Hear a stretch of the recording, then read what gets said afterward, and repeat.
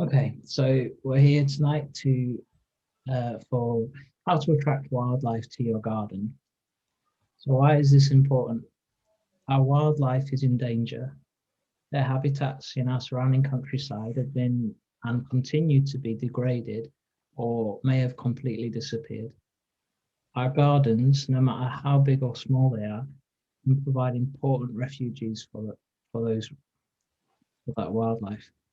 This talk will focus on simple tips that everyone can follow to make their own outside space more inviting for wildlife in 10 easy steps. Step 1. Let the grass and weeds grow. So this first step couldn't be easier. Just relax off the lawnmower. Leaving a wild patch in your lawn means a lot less work for you. Plus, you'll be providing food and shelter for all sorts of creatures.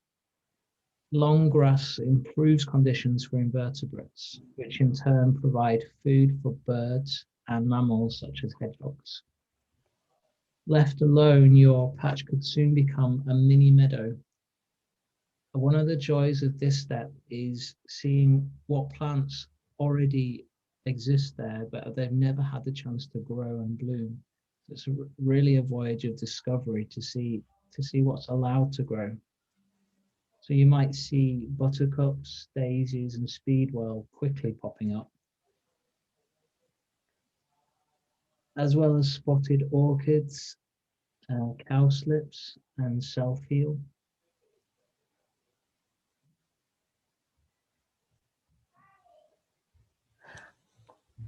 Can I just say something? Sorry, River, before you move on to feeding the birds. If anybody would like to put questions in the chat, we will have a time for a Q&A session at the end. And I'll make a note of everybody's questions and we'll put them to River at the end. So if anything comes to you as we're going through, just pop it in the chat and we'll deal with the questions at the end. Thank you. Sorry to disturb you. No, thanks, Claire. I should have said that at the beginning. Yeah, so a trimmed green lawn is, to me, little more than a green desert, and I'm sure to most wildlife. So another joy as well, just thinking about it, that I get from long grass is discovering little roadways called runs that bank and field voles use to move through the long grass. And it's such a little jungle, a little wilderness that you can have right in your back garden. So much nicer than a lawn. Feed the birds. So this is step 2. Watching birds almost instantly appear on your feeder that you've just put out is a great way to connect with wildlife and attract many different types of bird into your garden. With a little time, you'll get to know the different characters, like who's brave, who is a bully, and who is shy. By placing your feeder in an open area, which means a clear view all around, birds are more likely to visit more often because they'll feel safer. It's important to keep feeders and tables clean so the birds stay healthy and disease-free. A good time to do a thorough clean is in the autumn because the chicks have left the nest, so they're not relying on the food from the feeder, and wild food is still relatively abundant. Sorry, there's people still arriving, I'll admit, as we go on. So step 3, build a mini beast hotel. All wildlife needs 3 basic things, the same as us: food, water, and a home. But safe, suitable hideaways can be really hard to find, and mini beasts need somewhere cozy and safe to hide. Building a mini beast hotel like the one on the left, it's best to start with a strong and stable framework on solid flat ground. The size and construction of your hotel is only limited by the materials you have and your imagination. It just needs to be weatherproof and full of nooks and crannies. Alternatively, you can buy hotels pretty much everywhere, garden centres and the supermarket now, that you can hang up, like the one on the top right. Or you can just leave dead wood piled up in a quiet spot in your garden. It doesn't have to look nice for bugs to move in. Depending on the size of your hotel, so I'm thinking about the one on the left, as well as solitary bees, bumblebees, and ladybirds, you could also provide shelter for hedgehogs and toads in the very lower levels.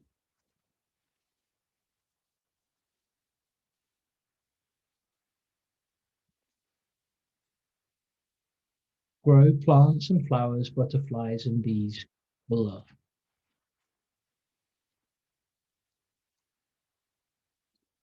Nectar is the fuel butterflies and bees need to fly. The good news is that you don't have to have a big garden with borders full of a vast array of flowers. One pot can provide a valuable refueling pit stop. If you need help choosing which plants are best, there are several schemes that print labels, like the RHS one, which is probably the best known one. You can also buy packets of seeds that are especially put together for bees and butterflies. You can find these at many supermarkets these days. Waitrose and Sainsbury's in Otley had some the last time I checked. But we're also fortunate to have the courtyard planters in Otley who stock a lot of nectar-rich plants and are very knowledgeable, so they'll happily help.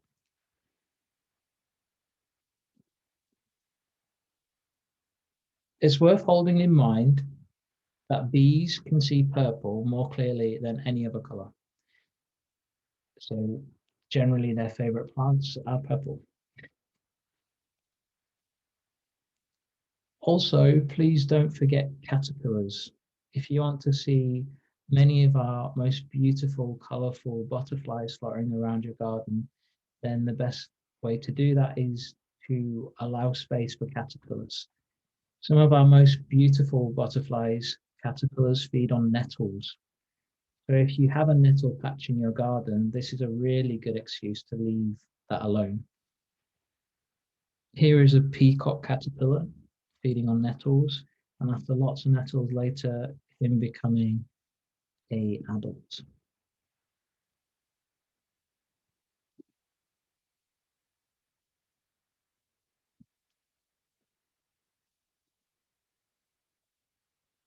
Water for wildlife.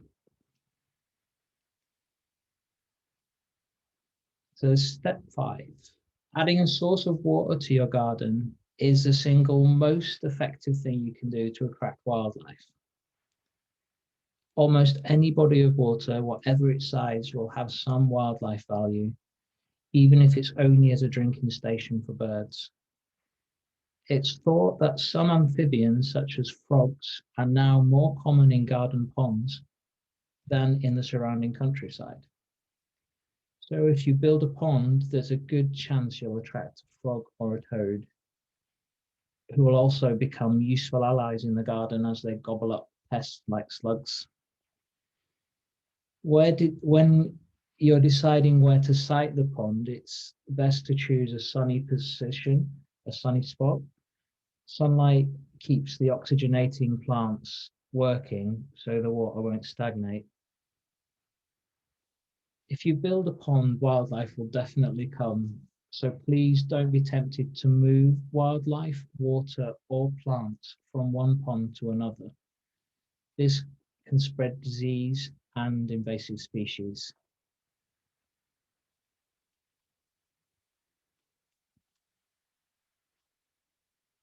Give birds a home. As well as feeding our feathered garden friends, you can help them out with a house, with a nest box. There's a lot of pleasure to be had observing breeding birds that you've attracted to your garden. Watching a busy parent return over and over again with a beak full of food for their growing brood is really exciting. And if you're lucky, you might see the baby birds take their very first flight. The birds most likely to use nest boxes are blue tits and poll tits, but nuthatches, sparrows, robins, woodpeckers, and wrens, as well as other members of the tit family, may also take up residence. Robins and wrens, though, require an open-fronted nest box like the one on the bottom right. They won't use the small circle ones. It's important that between each breeding season, just like with the bird feeding stations, to clean out your nest boxes and make any necessary repairs. Birds are really unlikely to use old nests, and dirty nest boxes can be potentially hazardous.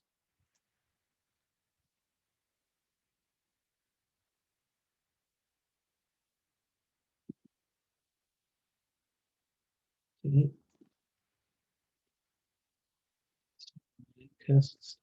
we go. Give mammals a home. Mammals need homes too. Our feathered friends share the sky with a much harder to spot group, bats. Bats are having a really tough time finding food to eat, and many of their natural roosting places are being damaged or destroyed. Putting up a bat box could go a long way to help local populations. Unlike bird boxes, you should put bat boxes up as high as possible, and putting up several facing different directions is ideal, as it will provide a range of warmth conditions. Hedgehogs too are having a really tough time. Many gardens may already have suitable hedgehog nesting sites like under sheds, compost heaps, shrubs, piles of leaves, or behind stacks of logs. But if you want to provide an extra safe space, a well-built hedgehog house is a good way to go.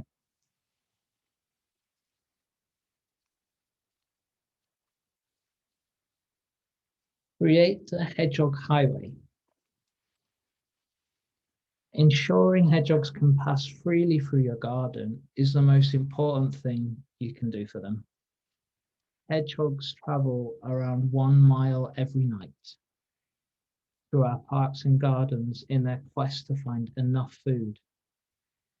If you and your neighbours make small gaps in your fences and hedges, this will give our prickly friends room to roam.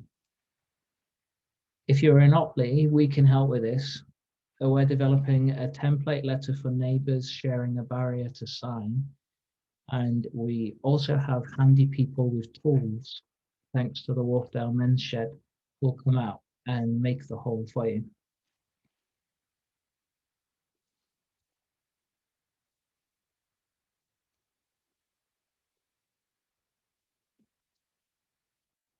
Stop using weed killer and slug pellets. Weed killer and slug pellets are toxic chemicals.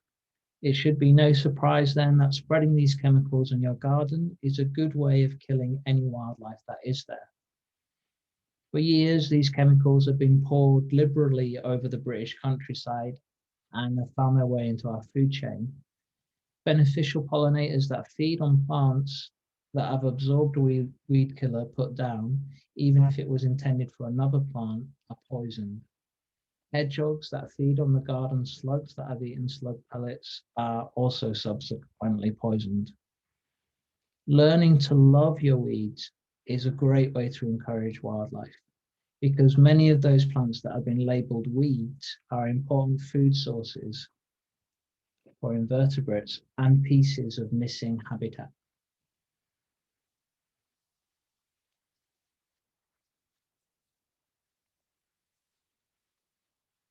Buy peat-free compost. So this final step won't actually help you attract wildlife to your garden, but it will go a long way to help wildlife.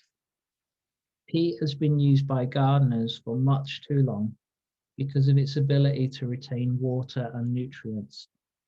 But peat is a limited resource from an endangered ecosystem. The formation of peat happens very slowly over thousands of years. Peat grows at the rate of 1 millimeter per year. This means that 1 meter of peat takes 1,000 years to form. Currently, we use peat at a far greater rate than it forms. As well as being rich wildlife habitat, peat bogs crucially absorb and store carbon. It's estimated that in the UK alone, they store 500 gigatons of carbon, which would otherwise escape to the atmosphere. To put this in context, about 500 gigatons of carbon was emitted globally between 2000 and 2015.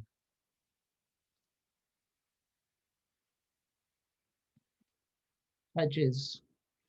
So these 10 steps that we just walked through, they make up our Pledge for Wildlife campaign, which you'll find loads more information about on our website, including a fact sheet for each pledge, walking you through step by step on how to achieve each step.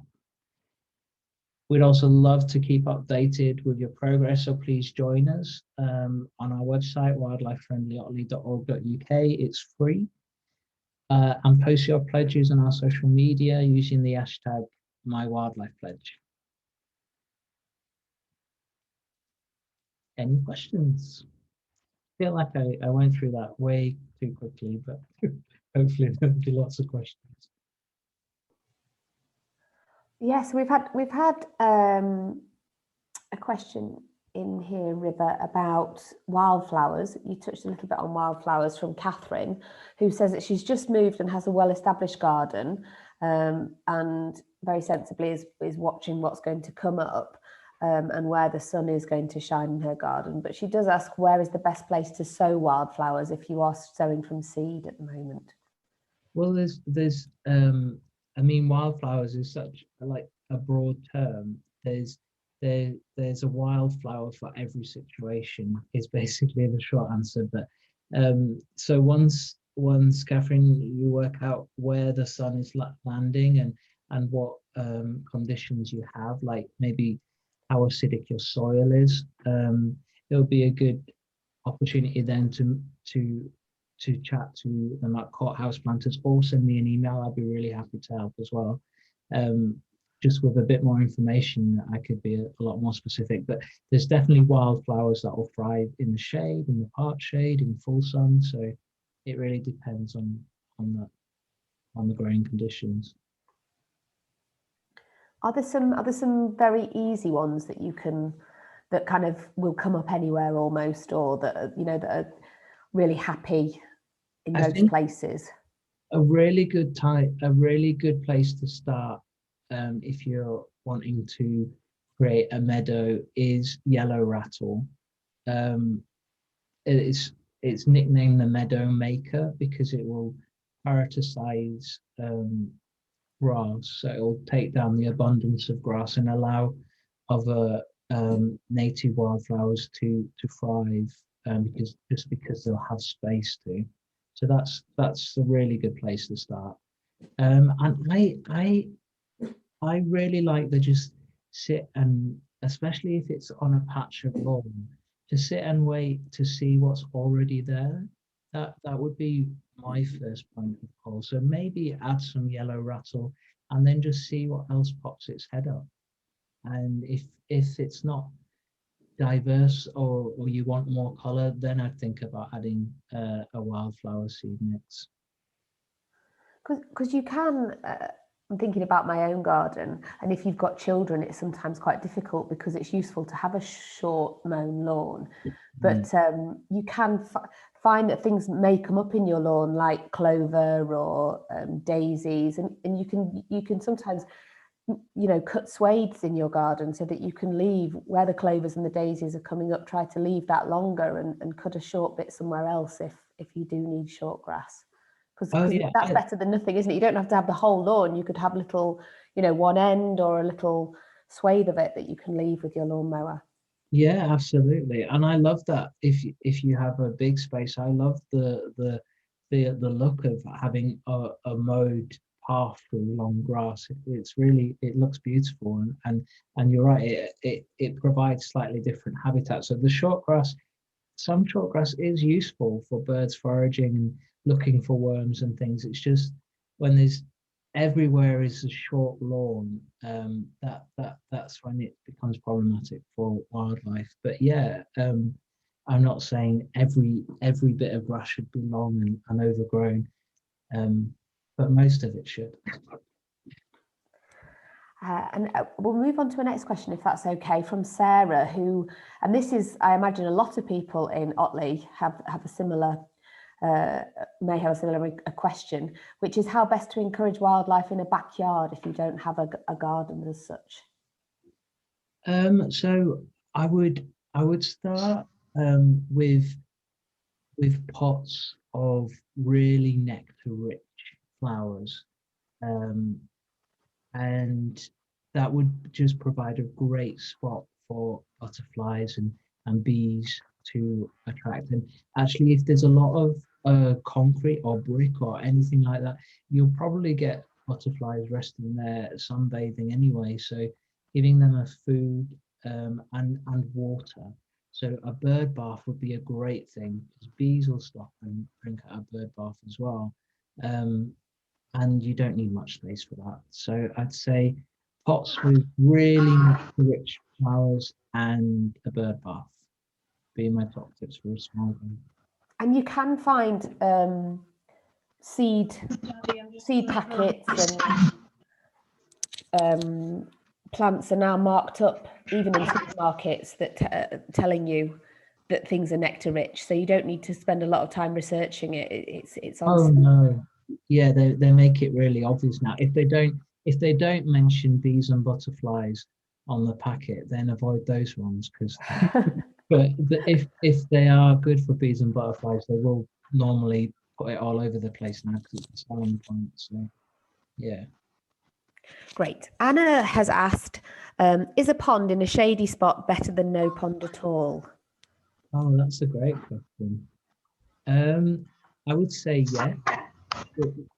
It is better than no pond at all, definitely. But the problem with having a pond in a shady spot is that it's going to require you doing more work. So ideally, in the steps I set out, I'm trying to paint a minimal amount of effort and maximum wildlife benefit. But yeah, you will need to clean out, I imagine, algae growth a lot more frequently and with a pond in a shady spot because the oxygenating plants are just not getting the energy to keep that water fresh. But it's better than nothing at all. Yeah. And I guess we would never say take down trees or anything, but if there may be ways of slightly kind of pruning something or making some gaps in foliage to try and let the sun come through in a few ways to help with that, perhaps. Yeah, if there's ways of getting some sun, like at least part of the day, then that will go a long way to improving the health of the pond. Absolutely, yeah. It doesn't have to be full sun, and definitely don't take down a tree. I think that would be. No, that was hyperbole. But I don't know whether it's shade because of the position or whether the foliage, but there may be some things that you can do to let a little bit of light in. Yeah, absolutely. So Charlie asks, any friendly ways to manage moles entering a garden? Why would you want to? Is the short answer. Where I used to garden before I moved to Otley, the gardener there used to it was a shared space, and he used to put like an electric rod thing in the ground, which would give them shocks, and I found that horrific. I love seeing moles active. I mean, I don't know of any way that you could deter them, nor would I ever want to. Sorry. I guess if you've got a lawn that you want to play football on, it can be quite frustrating. But I don't know of any ways either. Actually, that's maybe something we can look up and get back to you, Charlie. Yeah, I can talk to it. I can ask some people if there's a wildlife friendly way, but I can't think of one. Charlie, if you put your email address in the chat, we'll try and find something out for you. Okay, from Simon, I'm planning to put up a bat box in the garden. Any tips for where to site it? Oh yeah, I think Simon, you came in just after my back box thing. As high as you can, um, but also it's ideal if you had maybe three or more back boxes that you could put together in different positions, one in full sun, one in part shade, and they'll move suitably through them. Um, but yeah, as high as possible, unlike a bird house, which you don't want to put too high. And do they have to be on trees, River? No, you Boxes? can put them in on buildings as well. Yeah, the same rule applies though, as high as you can. Okay, fantastic. A couple of people asking a similar question, which is which trees or shrubs are best for wildlife or best for bees and pollinators, please? Oh, there's so many. I mean, obviously Buddleia is got its name as the butterfly bush for a reason. It will be covered in butterflies in the summer. Um, there's lots of great trees. A rowan tree is a really good garden tree because it won't grow massive. It's also called a mountain ash, and that'll provide fantastic berries in the autumn. Um, there there are a lot more suggestions as well on our website under the pledge for plant for bees and butterflies. But Buddleias, Scabiosa, that's also a devil's bit, is really great for butterflies and bees. Um, Hardy geraniums are fantastic. Um, trees. I used to have, sorry, I was going to say, we had a Cotoneaster in our last garden that the bees went absolutely crazy for. And some wildlife people say don't have that because it's non-native, but it was a really, really good plant for the pollinators. Yeah, I agree. In my last garden, I had one, and it was absolutely their favorite. It would be swarmed with bees. But I would generally try and encourage people to plant native where possible. But cotoneasters are fantastic as well. Yeah, that's a good one. The yew tree, right? I have a yew tree now in the garden where I am now, and that's fantastic. It's got berries. It's got all kinds of bugs on it, and in the last few days, a song thrush has built her nest there. It's just a real hive of activity. So I think any native tree or shrub is really good, but I think a rowan is a good place to start. I know that the Woodland Trust have a really good section on native trees and how fast they grow and what size they are and what kind of soil they like, what wildlife they attract. And that's a really good, really easy thing to look at if people want further Yeah, advice on trees. yeah, they're fantastic. Yeah, you don't want to put something that's going to outgrow you. No, mighty oak in the yard. Sarah says, I have a very wildlife friendly garden in a rural setting, but sadly not a hedgehog in sight. Could it be because of pesticides used in the surrounding fields, which are arable? It could be. It it could be. That is one possible explanation, but it's really hard to know. I mean, they're nationally not doing very well, and they require hedgerows and that kind of edge habitat to move between spaces where they forage. So to get to her garden, I would be thinking like, is there a clear way that they travel there and back again to somewhere else? They're very nomadic animals. They like to move around. So if you're surrounded by wide open fields, that's not ideal for hedgehogs. Um, yeah, that's why gardens are such an important refuge for them in somewhere like Otley, because we have all these little mini uh, habitats and ecosystems in our backyards that if we could join up, um, that is the ideal habitat for hedgehogs and where they could really thrive. But somewhere surrounded by heavy agriculture, yeah, I'm not surprised they wouldn't be there really.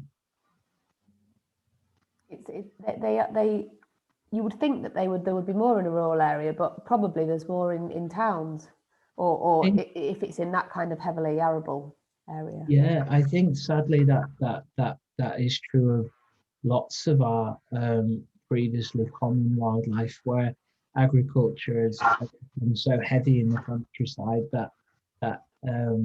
which is part of the reason why we founded Wildlife Friendly Otley, was this idea that a town which goes against what you may think could be a refuge for wildlife, when the countryside has become so inhospitable to it.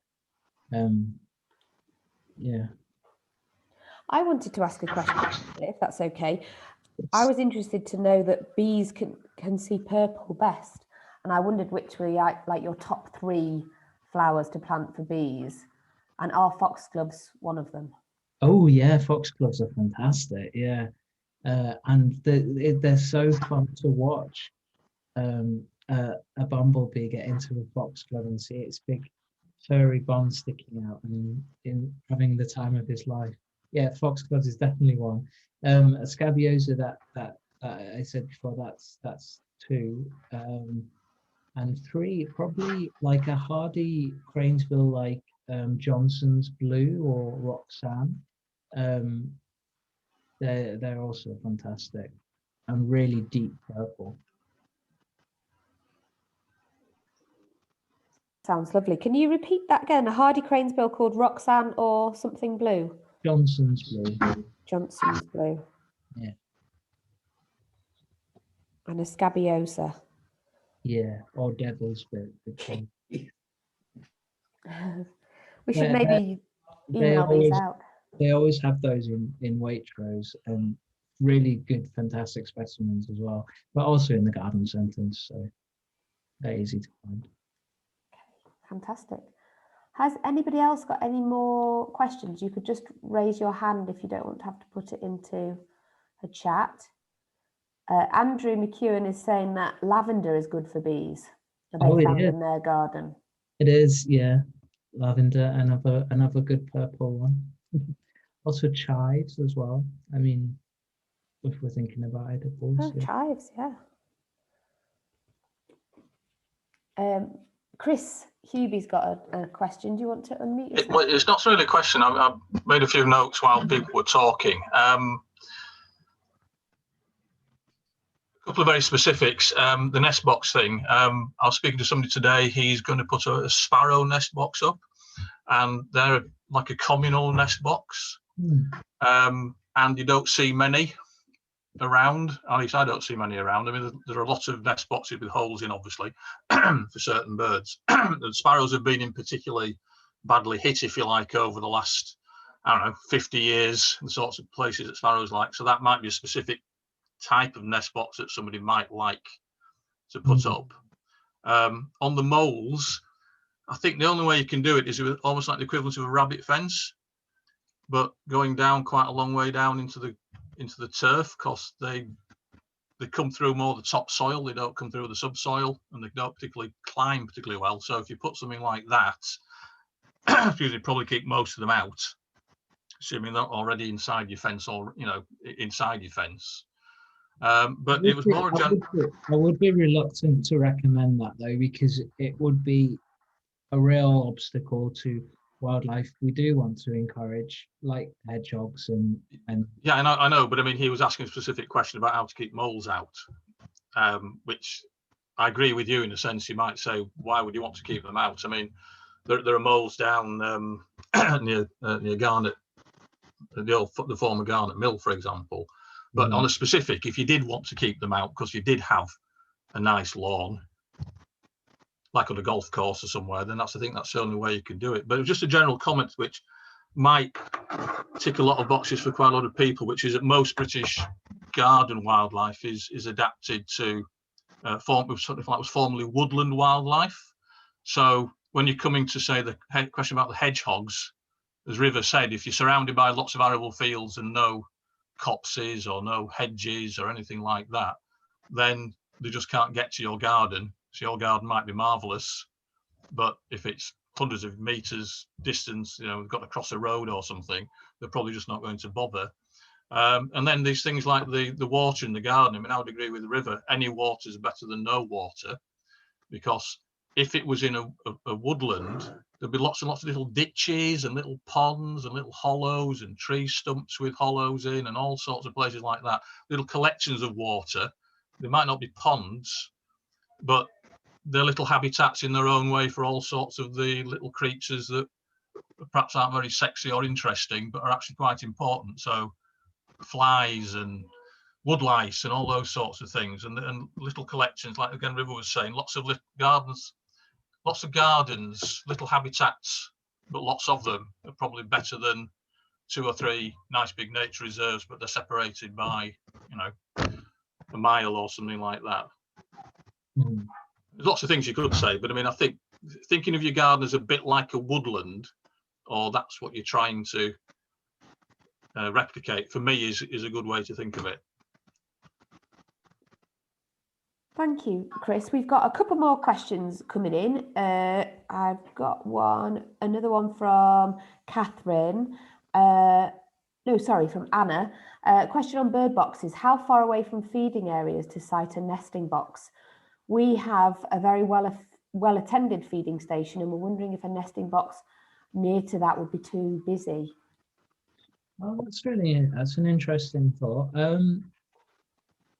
I have never put bird boxes very far from feeding stations, but I can see the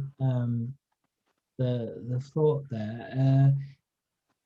I mean, it really depends on the size of your garden. If you've got space to space things out, that feels like it might be a good idea, because bird feeding stations could attract predatory birds like sparrowhawks or even woodpeckers. That if one day there's no food on the station, then they might venture out and find the chicks or the fledglings. But I've not ever had an issue with that myself. So I've always had bird houses within 2 or 3 meters of a bird feeding station, and it's fine. It has been fine for me in my experience. Great, thank you, River. And Danny says, I have a wildlife friendly garden with bird food and a small pond. Why might it be that I don't get many birds? Is it because they can see us in it, or could it be that I have a cat? Sorry, what was the first one? If the cat Why might you not get many birds when you've got a wildlife friendly garden with bird food in it and a little pond? You would expect to get birds, but she's not, and was wondering why that might be. Well, the cat would be a big problem, even if it's a very inactive cat. Birds recognize them as predators, so they might be spooked by the cat just hanging around. Also, it may take time for birds to discover a new bird feeding station if it's been put up. So I've been quite fortunate in almost instantaneously birds appearing when I put out feeders, but I know that's not true for everyone. So it depends on how a flock moves through a neighborhood. So they'll have a kind of fixed route where they know they can find food within a day, and so they'll hit several bird feeding stations plus wild food options, and it may just take a bit of time for them to include a new bird feeding station into that route. But somebody needs to spot it first and then tell the others about it, and then it may just take time. But I think she's doing everything right. Just patience, I think. Does the area that you're in have much of an effect as well? You know, if you're quite near the centre of town and perhaps the gardens around you aren't wildlife friendly, are you less likely, or will birds make a special trip, birds and wildlife, to come to you, or do you really need that connection that we're kind of working for? The connection and having a kind of corridor or flight path is a sure way of them discovering that there's food there, and that's that's going to be a lot easier. It's going to be an easier battle to win. But I think it is important that we have places close to town,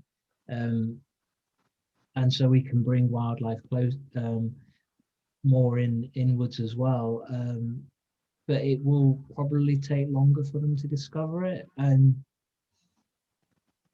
yeah, it will be easier if you were somewhere surrounded by wildlife friendly people rather than just being a little island of your own, for sure. It's important we get lots of people doing this Yeah, in Otley, and we'll have a very, very wildlife friendly town, hopefully, and we'll all be able to enjoy it in our gardens. absolutely. I can maybe just, I don't know, just add to that. Yeah. I used to, well, before I let the cats out, I've got some cats and I've built a like a fence because I'm near the Leeds Road and I don't want them to get knocked over because they're only young. But they've got a nice garden to play in. But anyway, before we built a fence and let them out, there's loads of birds in the garden. I've actually got a tree that attracts loads of birds, like a refuge for them. But as soon as, you know, I let the cats out and I have to watch them so they don't escape, they all just totally disperse and they're all on the next door garden hedge and they're all communicating to each other. And they when the cats aren't even in there, they don't even come. It's like they're all surrounding it and it's just like this big patch. they don't. So I think they are very sensitive to cats because, like I say, they're not even in the garden all the time at all. But yeah, I've just noticed that they've totally dispersed and now just are all congregating next door, sadly. So. I mean, rightfully so, because like cats are a big killer of garden birds, sadly. I'm not pointing fingers at your cats, but just generally. So they've learned to be cautious, and that's a good thing. And that's another reason for the fence as well, because I know they would just totally, yeah, get them all. So luckily they're all safe. But yeah, they've made a definite perimeter of not coming into the garden now. So yeah, it might be the cat. I don't know.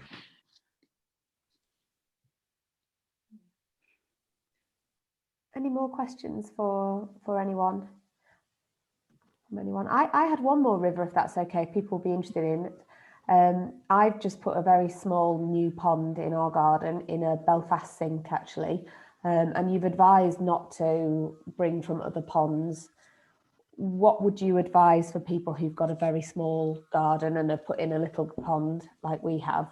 Are there particular plants or ways of starting it off to encourage wildlife? Yeah, it's good to have a plant that sticks out and a plant that floats and a plant that's submerged. So you've got that variety of habitat. So a sticking out one is like a yellow iris. That would be really good, and really beautiful as well when they flower. That means that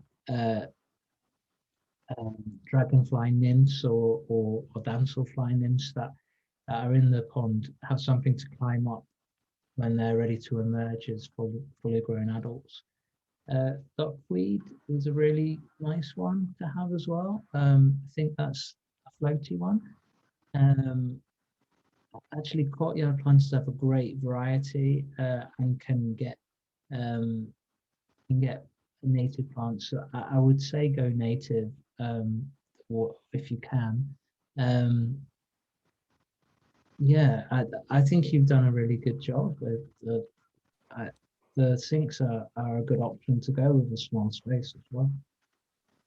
Great, yes, yeah, it doesn't take very much space at all. It was very, very easy to do. And that's great that you say courtyard planters have got aquatic plants, because if people are interested, I think it's only the larger garden centres that have aquatic plants. They're not as easy to find. So courtyard planters is a good spot if you are interested in ponds. Thank you. Also, if you dig a pond, plants find a way of finding that space. So it's another interesting thing of seeing what takes root there.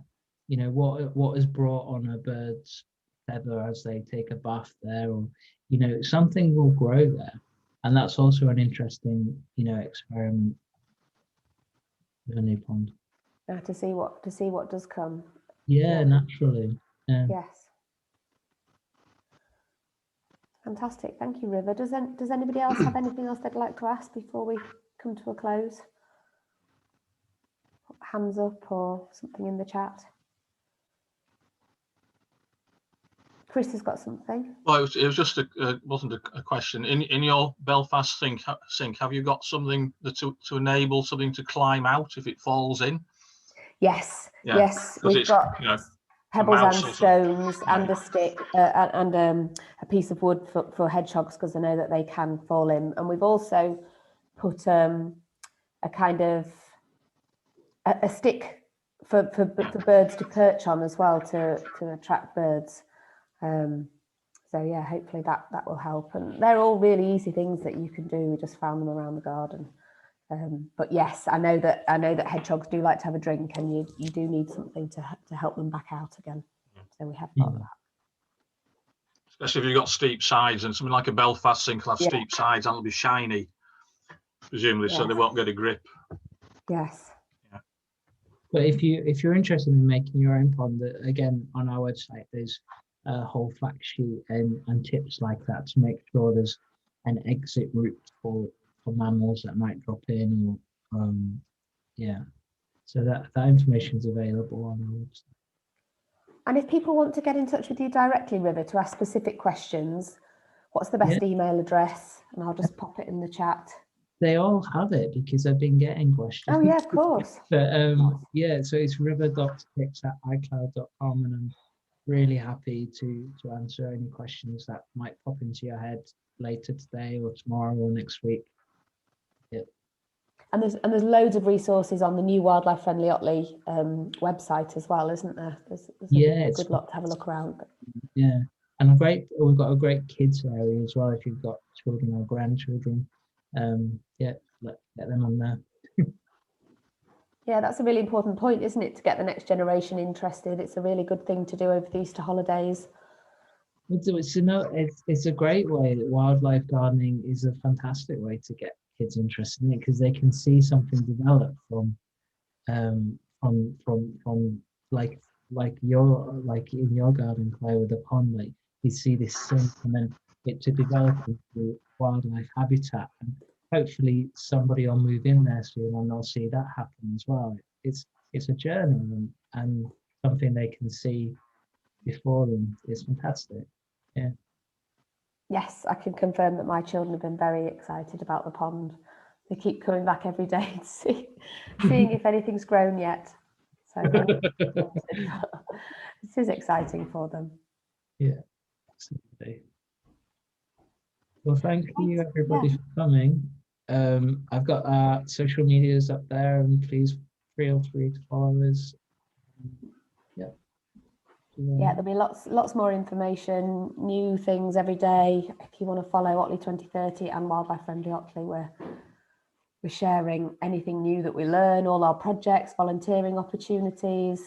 So it's a really good thing to follow if you're interested in wildlife or anything related. But thank you everybody for coming along. Okay. Thank you. Thank you. Thanks everyone. Bye. Bye.